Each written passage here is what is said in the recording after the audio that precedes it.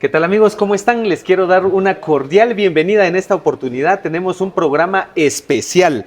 Así que la entrevista de César Pérez Méndez trae un episodio que hemos diseñado y hemos planificado para honrar a los padres. Así que estamos en las vísperas de la celebración del Día del Padre y creo con el corazón que estamos llamados a respetar, a honrar y por supuesto también a expresar muestras de amor hacia los padres. Y por ello hemos preparado una entrevista especial, porque la hemos planificado para compartir, para poder pasárnosla bien y que esto sea de alguna manera una inspiración para la celebración de papá en este 2025. Así que en un lugar muy confortable, en una experiencia de compartir también una mesa, de compartir alimentos, de compartir palabra, de compartir experiencia, tengo el gran agrado de presentar a un padre excepcional. Todos los padres, pues por dar vida, son excepcionales, pero tenemos que tener muchas veces un ejemplo, una inspiración, alguien que nos pueda compartir esas vivencias, que nos pueda compartir esos consejos, y por eso hemos hecho la selección de un padre de 14 hijos, un padre excepcional, empresario, visionario, un hombre también de fe, nacido en el año de 1947, un 12 de abril.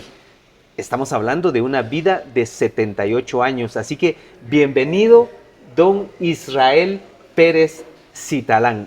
Estoy muy complacido de que hoy nos esté acompañando. ¿Cómo está? Muy bien, gracias. César, es un honor estar en su programa y por supuesto, si este programa entiendo que va a ser visto por otros padres, es un privilegio estar aquí con ustedes al respecto y tratando este asunto. Bueno, muchas gracias. Gracias a usted por aceptar esta experiencia de compartir ideas y de compartir palabras. Quiero inicialmente pues reconocer que usted es un gran padre. Un gran padre es alguien que pues lucha por sus hijos, que hace un esfuerzo por sacarlos adelante y sobre todo por dejar legado. Más adelante vamos a conversar qué es dejar legado. Muchas personas creen que dejar legado es necesariamente un patrimonio, necesariamente una empresa, pero no, legado es dejar enseñanza a los hijos. Y yo creo firmemente que usted tiene autoridad para hablar de ello, pero antes quiero felicitarlo en el Día del Padre, don Israel. ¿Cómo se siente? Pues me siento muy feliz de estar todavía sobre la tierra, a pesar de la edad que ya ha ido pasando, pero especialmente agradecido por tener hijos que son muy trabajadores y todos somos parte de una familia. Una familia que pues ya vamos a platicar también. Quédense amigos a esta conversación porque vamos a platicar de su trabajo en la iglesia, de su trabajo empresarial con Deseret, una marca de mucha trayectoria. Vamos a descubrir hoy por qué se llama Deseret. Todos hemos escuchado esa marca, pero muy pocos saben qué significa el nombre de esta empresa de mucha tradición quetzalteca. Pero todo comienza por un punto de partida. ¿Dónde nace don Israel? En Quetzaltenango, como ya indicó César, es 1947. Nací de buenos padres que me enseñaron principios correctos a mis hermanos y a mí, y de ahí es donde se viene el origen de mantenernos siempre trabajando, luchando y haciendo las cosas lo mejor que podamos. No somos perfectos. Sí. Es muy difícil que un hombre sea perfecto, pero sí quiero poner en la mente la razón. Esto lo dijo uno de nuestros padres hace muchos años. Existen los hombres para que tengan gozo. Este es un lema que siempre ha estado en mi mente y yo soy feliz con ver a mis hijos en sus éxitos, en sus preocupaciones, pero aún así estoy tan agradecido de estar en esta tierra y de poder estar esta tarde en este programa y poder representar a muchos de ustedes, padres de familia. Bueno, muy buenas palabras para arrancar esta conversación.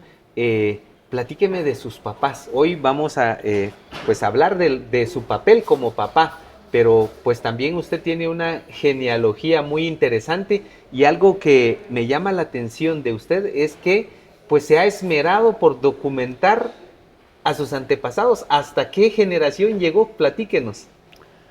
Bueno, hemos hecho el estudio genealógico y tenemos un árbol genealógico que llega a 1724. ¿Cómo hicieron eso? Los registros civiles y eclesiásticos dan a 1725.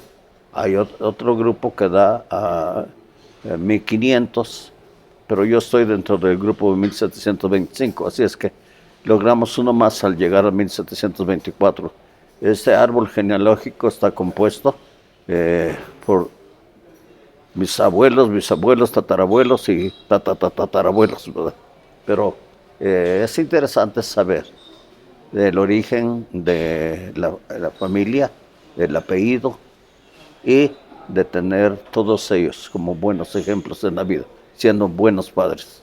Bueno, el apellido Pérez es uno de los apellidos más conocidos, más populares y abundantes en nuestro país, pero a usted sí le puedo preguntar de dónde vienen los Pérez.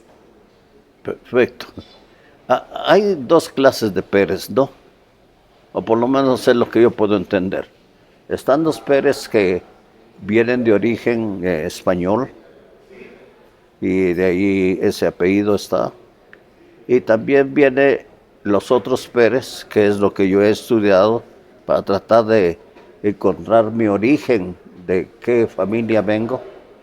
Y entonces, antiguamente, a los líderes indígenas o quichés, o podríamos llamarles, los españoles les dieron el título de don. Y entonces algunos de ellos tomaron apellidos castellanizados. Así es que algunos de mis abuelos tomó el apellido de Don Pérez, y ahí es donde se inicia. Y hay una anécdota que usted cuenta que uno de sus hermanos, ¿cómo le decía a su papá? Bueno, mi hermano mayor siempre le decía, ¿cómo está Don Pérez? Y yo decía, ¿por qué le dices así a papá? ¿Por qué es Don Pérez? Pero después de haber documentado, entonces digo, definitivamente tiene razón. Es interesante conocer de dónde venimos en la parte histórica de nuestro apellido, y hay que pues reconocerle que usted ha hecho ese esfuerzo, pero también celebramos tener la oportunidad de conversar con usted. Usted dice, todavía estoy acá, y yo creo que va a estar mucho tiempo más con nosotros, pero hay un secreto de este papá con el que tengo el gusto de compartir hoy, y que a sus 78 años, usted hoy en la mañana hizo ejercicio. Hace ejercicio todos los días. Es correcto. Cuénteme de su rutina de ejercicio y de su rutina de alimentos. Muy bien. Tengo por tradición estar de pie 4:30, 5:45 de la mañana, todos los días. A esa hora se levanta. Ya la mente está programada, despierta, y si me quedo en cama, no me siento bien. Así es que voy, tengo un gimnasio en casa, entonces subo y ahí tengo varias máquinas. Primero el precalentamiento, y después de eso, entonces ya voy según lo que se quiera trabajar, ¿no? Las partes del cuerpo que se quiera trabajar. Pero siempre levanto pesas, todos los días levanto pesas. Y tengo mancuernas, tengo aparatos para las pesas, ¿sí? Es bien atrayente. Bajo a las 6 de la mañana y me ducho con agua fría. Me es muy agradable hacerlo.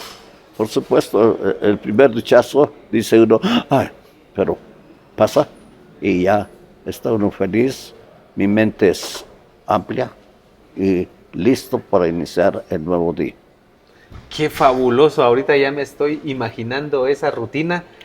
¿A qué otros aspectos le atribuye usted esto que le voy a decir con respeto, la longevidad, don Israel?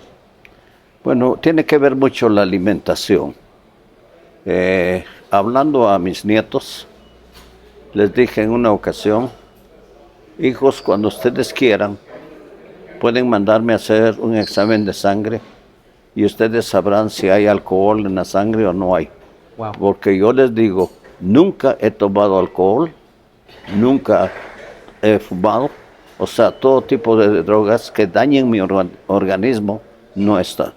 Entonces, eso parte es esa alimentación, aparte es también que tengo un chef en casa que me prepara mis alimentos y él siempre se asegura que los alimentos sean los apropiados y evito la grasa, aún así estoy un poquito gordito, pero no es porque coma demasiado, sino simplemente es el cuerpo que ha tomado esto, ¿no? Y me he puesto a tratamientos de dietas, pero mi esposa siempre me decía, no me imagino a ti delgado, así es que quédate así. Y ahí estoy todavía. Nado también, voy a la costa, tengo una casa de descanso allá, y entonces, estando allá, me gusta estar en la piscina.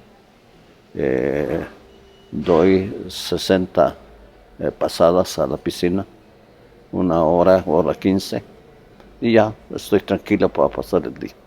Esa es la vida de don Israel Pérez, quien pues hoy nos está compartiendo su experiencia de vida, esa construcción de una gran familia. Este siguiente momento, don Israel, es para que nos comparta el tema de sus hijos como papá.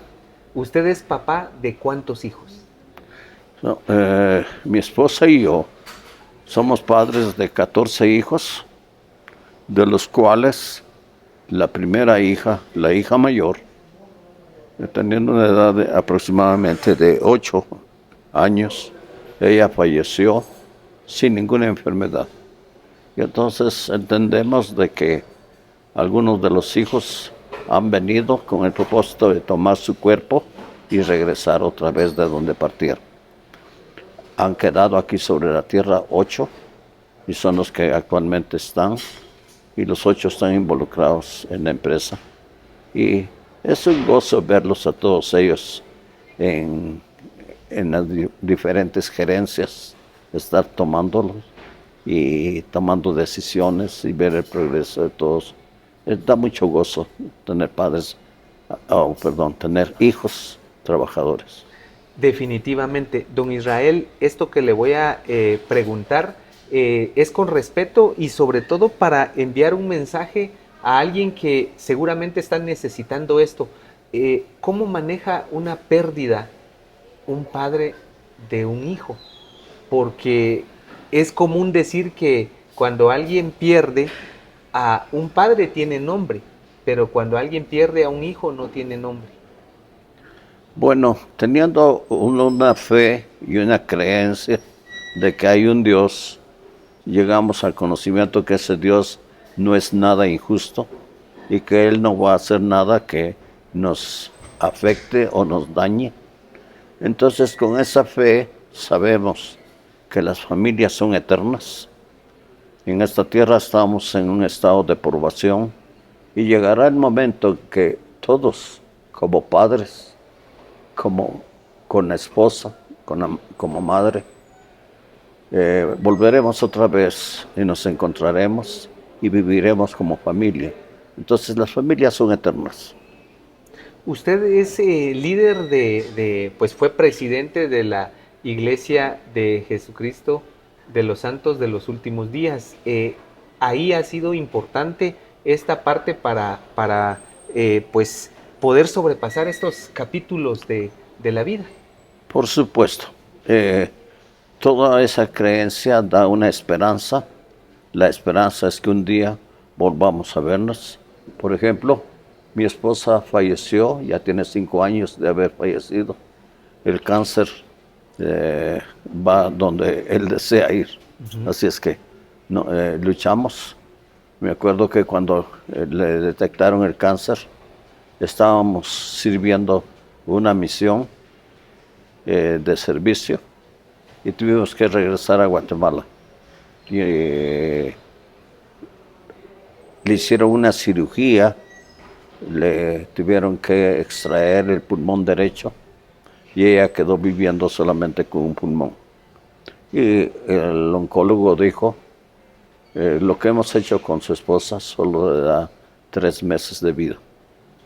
Pensamos, bueno, no, es lo que él piensa. Ahora, ¿qué piensa nuestro Dios al respecto?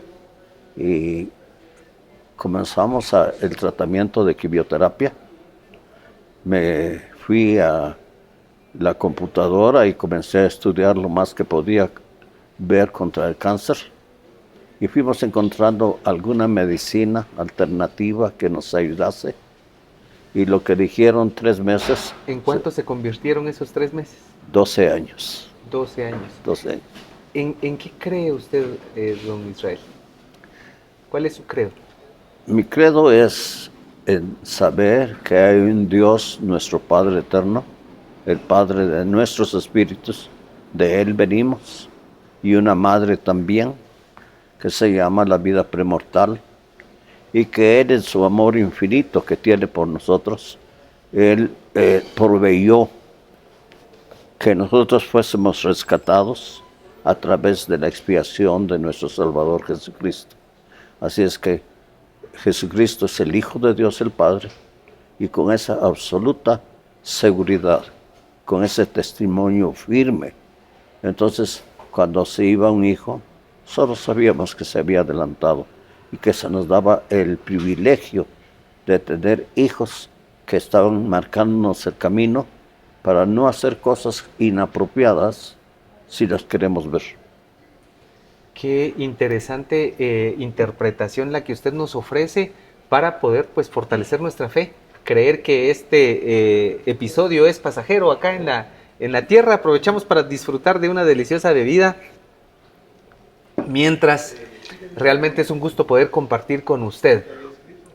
Vamos a una pausa y luego continuamos con esta conversación. Quédense porque le voy a preguntar a don Israel cuál es la forma y cuál es el papel de dirigir a una familia numerosa de hijos. Ya volvemos.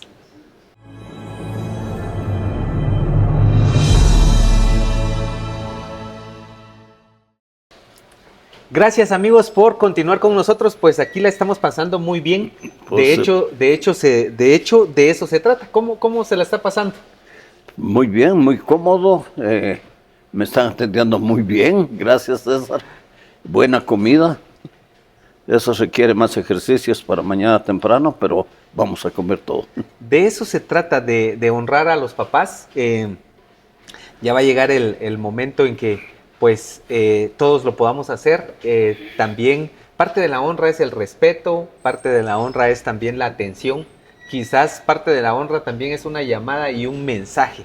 Así que hay muchas maneras de celebrar y de respetar a papá. Es un privilegio poder conversar con un hombre de 78 años, de una larga vida, de acuerdo con el promedio de vida actual que hay en Guatemala. Y cómo ha sido dirigir, porque ser papá también es una especie de director. ¿Cómo ha sido dirigir a una familia numerosa de hijos desde el comienzo, don Israel? Desde la niñez, ¿cómo ha sido esa tarea? Bueno, uno de los privilegios que tenemos como padres es poder amarlos. Amarlos no quiere decir dejar que hagan lo que ellos quieran, sino enseñarles principios correctos. Por eso es que uno de nuestros padres dijo, hablándole a su hijo, quisiera que hicieses lo que yo he hecho. Así es que si yo quería que los hijos fuesen industriosos, yo debería ser industrioso. Y eso, sí, y eso ha sido toda mi vida. He trabajado toda mi vida por la bendición del cielo. En todos los años que tengo de trabajar, nunca he estado desempleado. Siempre ha habido trabajo por hacer y seguirá trabajando. Y sigo trabajando ahora. no porque sea una ambición de querer trabajar, sino una necesidad de vivir. O sea que el hombre que queda en casa durmiendo sin hacer nada, especialmente cuando llega a la edad de jubilación, se enferma y entran en enfermedades extrañas. Entonces, yo pienso que mientras esté en movimiento, mi corazón va a estar trabajando. No hay que retirarse. No hay que retirarse. ¿Cuántas horas trabaja usted actualmente? Lógicamente tuvo ya una vida muy productiva de trabajo de días, de más de 10 horas, de 12 horas. ¿Cuánto trabajaba antes y cuánto trabaja actualmente? Muy bien. Cuando iniciamos en el negocio, yo era todo. Visitaba a los clientes, presupuestaba, supervisaba, distribuía ¿cómo se llama? Lo que había que hacer. Así es que mi horario era 3 o 4 de la mañana para 10, 11 de la noche, todos los días. Eso eran más de 15 horas. Pero era la necesidad que había.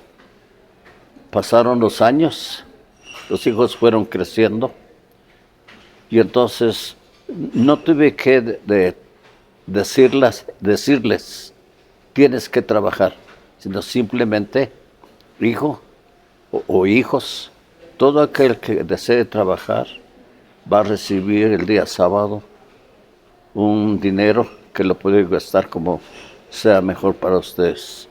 Y lógico, ellos serán contentos de saber que iban a tener dinero para sus golosinas, ¿no? Y de esa manera, libremente trabajar y felizmente. ¿Y cómo fue ir incorporando a la familia a una marca, a una corporación? Porque muchos papás no tienen esa suerte. De repente, pues los hijos deciden ir a otra iniciativa, hacer otro proyecto, pero usted ha tenido la gran dicha de que sus hijos hayan pues aceptado estar en una empresa como es Deseret. Pues ya decía que todos conocemos esa marca a nivel de Quetzaltenango y a nivel de la región. Es una empresa que luego se comenzó a diversificar, pero fue fundada en 1977, ¿es así? Sí. Platíqueme de cómo fundó Deseret. Y antes, por favor, también disfrutemos de nuestra bebida, porque pues acá nuestro invitado también está, pues ya estamos celebrando el Día del Padre, y esa parte, pues no cabe duda que fue especial el hecho de haber comenzado prácticamente, pues una empresa, una marca en la década de los 70s. Bueno, mi profesión original era ser mecánico y mecánico eléctrico. Dominé bastante la electricidad del automóvil y del servicio pesado. Ese fue su primer trabajo, digamos. Así es. ¿Dónde estudió eso en aquellos tiempos cuando? Había una escuela que era por correo. Uno mandaba y recibía porque no había internet en ese tiempo. Uh-huh. Se llamaba Hempel School y tenían cursos. Y había que estudiarlos, pero siempre me gustó. Entonces la electricidad del automóvil es un poquito compleja, pero media vez se entiende los principios básicos, se domina lo demás. ¿Cuánto tiempo hizo esa tarea, esa profesión? Comencé a trabajar en la mecánica a los 12 años, aprendiéndolo. Eso, si nací en el 78 menos 12, ¿cuánto sería? En el 47 inicié.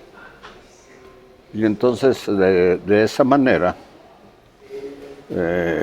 fui progresando, pero había una inquietud adentro. Uh-huh. Aunque tenía trabajo, pero había algo más que me motivaba a buscar qué puedo hacer. Entonces, lo que hice fue, y lo que recomiendo es preguntar a Dios. ¿qué deseas, Dios, que yo haga? Y siento que es un Padre tan amoroso.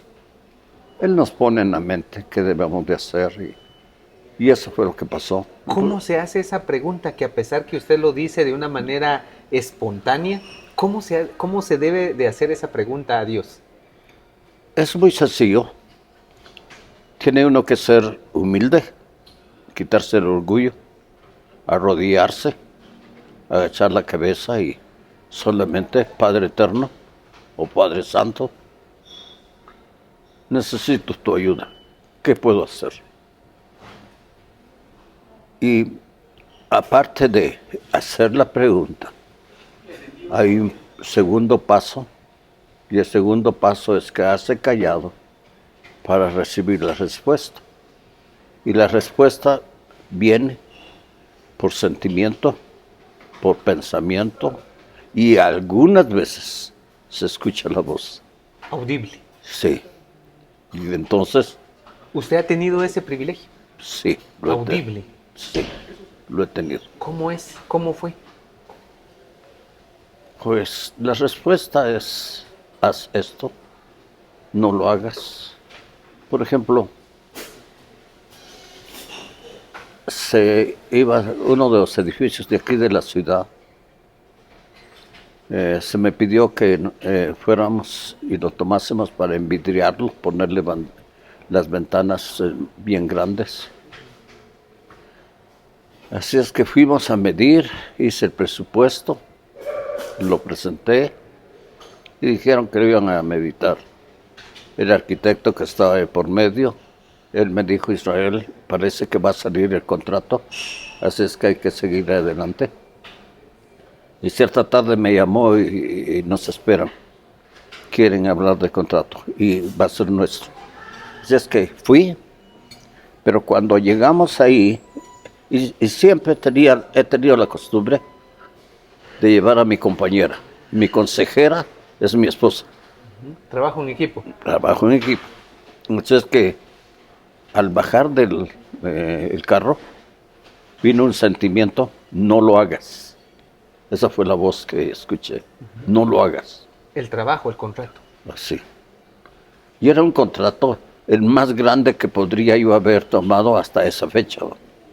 Pero ni modo. Si se me está diciendo que no lo haga, no iba a preguntar por qué, cuál es el motivo, si eso es bueno para mí. No, simplemente no lo hagas. Así es que entré y el dueño de la obra dijo: queremos que usted lo haga. El martes vamos a darle un anticipo, pero quisiéramos firmar hoy el contrato. Porque yo ya iba con el pensamiento: ¿cómo hago para evitar firmar el contrato? Entonces le dije: muy sencillo, si el martes vamos a hacer el contrato, entonces el martes firmamos. Así es que volveré otro día para poder hacer eso. Me dijo: pero ¿hay desconfianza? No, no es desconfianza, es hacerlo todo correctamente. Y pude salir y le conté a mi esposa: esto pasó al salir del carro. ¿Y qué vas a hacer? Ya lo hice. No firmé contrato hasta el martes, mientras me da tiempo de saber por qué nuestro Dios dice que no lo haga. Pero bueno, el día lunes me llama el arquitecto y me dice: usted molestó al dueño y dice que ya no quiere hacer ningún trabajo con usted. Y entonces yo dije mentalmente: gracias, Padre, por bendecirme. Me dice la respuesta sin ofender a nadie. No tuvo que decir no explícitamente. No. Entonces ya fui hacia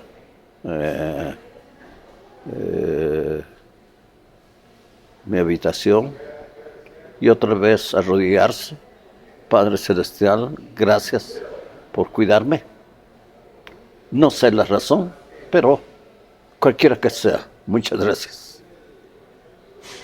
Y como al mes comenzó la depreciación. Entonces, aquel contrato que hubiera hecho como un contrato cerrado, Hubiera sido una gran pérdida.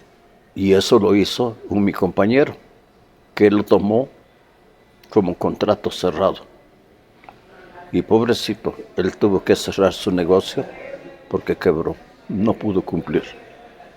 No se diga más. Qué profundo mensaje de poder ser obediente. Ese es el mensaje, Así de es. ser obediente. Ahora cuénteme una, por favor, de ese nivel o de otro nivel donde la instrucción era lo contrario, era haz esto. Antes, un trago a la Otro bebida momento. para que sigamos fluyendo con esta conversación. Cuando íbamos a iniciar lo que es Deseret, La gente está esperando qué quiere decir Deseret. bien, ¿por qué se llama Deseret? Esta es una palabra hebrea que simboliza abeja obrera, y entonces las abejas trabajan como familia, en equipo, y si eso es lo que yo soñaba o aspiraba a hacer con la familia, era el mejor nombre que podríamos ponerle. Poderoso. No me imaginé que fuera una raíz hebrea. De repente uno piensa en siglas de apellidos, en una abreviatura, pero abeja obrera se llama Deseret en una traducción hebrea. Es Ahora correcto. cuénteme la experiencia positiva. Bueno, entonces, como mi profesión era mecánico, yo dije, vamos a poner una venta de repuestos, de autos. Y comencé a hacer los preparativos y se llamó al proveedor mayorista en ese tiempo de los repuestos, y estábamos ahí sentados. Ya le estaba haciendo el pedido, pero mientras eso descansamos un momentito, y al descansar vino otra vez esa voz: no lo hagas. Bueno, no hay que preguntar por qué, sino solamente hay que hacerlo. Entonces, cuando volvimos a reiniciar la conversación, le dije, perdone, pero ya no lo voy a hacer. ¿Y eso? Y él pensó que era una broma, porque ya habíamos avanzado con el pedido más del 50%. Y le dije, si le explico o si le digo, usted no me va a entender. Perdóneme, ¿qué le debo por haber venido? Y no, pues él se molestó y se fue. Fui con mi esposa y le digo, cariño, Dios no quiere que hagamos ese negocio. Y al no querer que haga ese negocio, la pregunta ahora es, ¿y qué vamos a hacer? La pregunta de ella. Y le dije, vamos a pedir otra vez la ayuda de donde me vino, que no deberíamos de hacerlo. Así es que nos arrodillamos los dos y no hubo ninguna respuesta. Perdón. Ajá, no hubo respuesta inmediata. No. Así es que fuimos a descansar y al amanecer vino la respuesta. Busca a tal hombre y te va a ayudar. Y lo busqué. Y este hombre, él era comerciante también. Y entonces, decirle que lo que quería hacer, pero que no era prudente. Entonces él dijo, bueno, sería bueno iniciar en construcción y hacer ventanas, balcones, puertas y todo lo demás. Y cuando él dijo eso, sentí con firmeza, esto es. Así es que ahí vamos. Y nació Deseret Y nació Deseret, en 1977. con un capital de 100 quetzales. Ese fue el capital. Y el capital fue comprar una soldadura eléctrica que me costó 100 quetzales. Esa es la historia que nos está compartiendo de una manera fabulosa don Israel Pérez, fundador de Deseret y un gran líder también de la fe en Quetzaltenango, y hoy celebrando el Día del Padre muy a gusto, compartiendo una mesa, que la vida también es para compartir. Vamos a una siguiente pausa y regresamos a la recta final de esta conversación.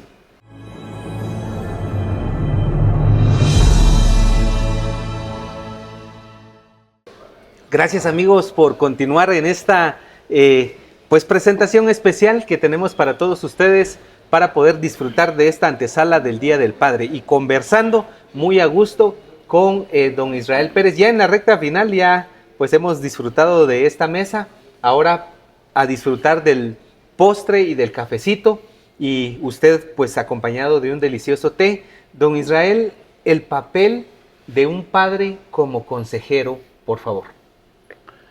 Bueno, ese es un privilegio que se nos da, el de poder sentarnos con los hijos, viajar con los hijos y preguntar qué necesidades tienen o qué dudas tienen, dónde puedo ayudarte. No es un punto donde uno va a imponer su voluntad. Ellos también tienen su albedrío, pero aconsejarles de una manera amorosa, y entonces ellos van a entender que uno lo está haciendo por su bien. Si uno comienza a usar las palabras no, no, no, entonces les pone en guardia. Sino, si yo fuera, lo haría de esta manera, mas tú decides qué es lo mejor. Y entonces es donde ellos toman las decisiones que sean apropiadas. Y el respeto hacia un padre, porque pues el padre no solo tiene que jugar el papel de consejero, también a un padre se le debe de consultar, y usted tiene una linda experiencia para contarnos entre usted y su papá. Bueno, César, esto es bien interesante. Tal vez tendría que describir a mi padre un poco primero. Por favor. Mi padre, él no tenía un título académico, pero siempre fue muy trabajador y un hombre muy recto en sus decisiones, y siempre nos guió por donde era el camino apropiado. Y lo que menos podía uno pensar es que mi padre fuese comerciante, porque no tenía ese espíritu. Pero hubo una ocasión en donde en el país comenzó a darse un fenómeno, y en el negocio comenzó a haber, voy a llamarle, un dinero adicional que no entendíamos del por qué estaba llegando ello. Así es que... Eran tiempos buenos. Sí, eran tiempos en donde no había tanta competencia, entonces uno no lo podía hacer. Quedé pensando, ¿qué hago? ¿A quién pregunto? Lógico, en la mente luego viene un profesional, podría ayudarte. Pero no, simplemente dije, bueno, mi padre tiene la experiencia de la vida y él es graduado en lo que es la vida, así es que a él voy a buscar. Y fui y me senté con él a platicar y le conté el fenómeno que estaba viendo, de que comenzaba a haber cierto crecimiento sin tener dónde comprometerlo. Y entonces él dijo, déjame pensar. Sí, debo de decir, mi padre era un hombre muy estudioso, siempre estaba leyendo. Si no estaba leyendo la Biblia, estaba leyendo libros. Y entonces ya dijo, me hace recordar esto, la depresión de 1920. Y él comenzó a indicarme cosas que yo no sabía. Había escuchado la Gran Depresión, ¿no? Del 1920-1930. Pero al explicarme eso, dijo, y comenzó a ver un fenómeno. Y el fenómeno antes de la depresión fue que comenzó a haber un efectivo. Y entonces no se sabía, y quien no está educado, al ver el efectivo, entonces piensa de que puede tomar ese dinero y darse la vida, paseos y otras cosas. No. Pero eso no es así.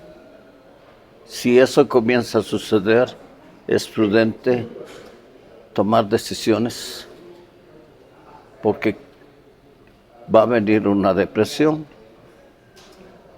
Y yo dije, ¿y qué es una depresión? Y él me explicó en lo que él entendía de ello.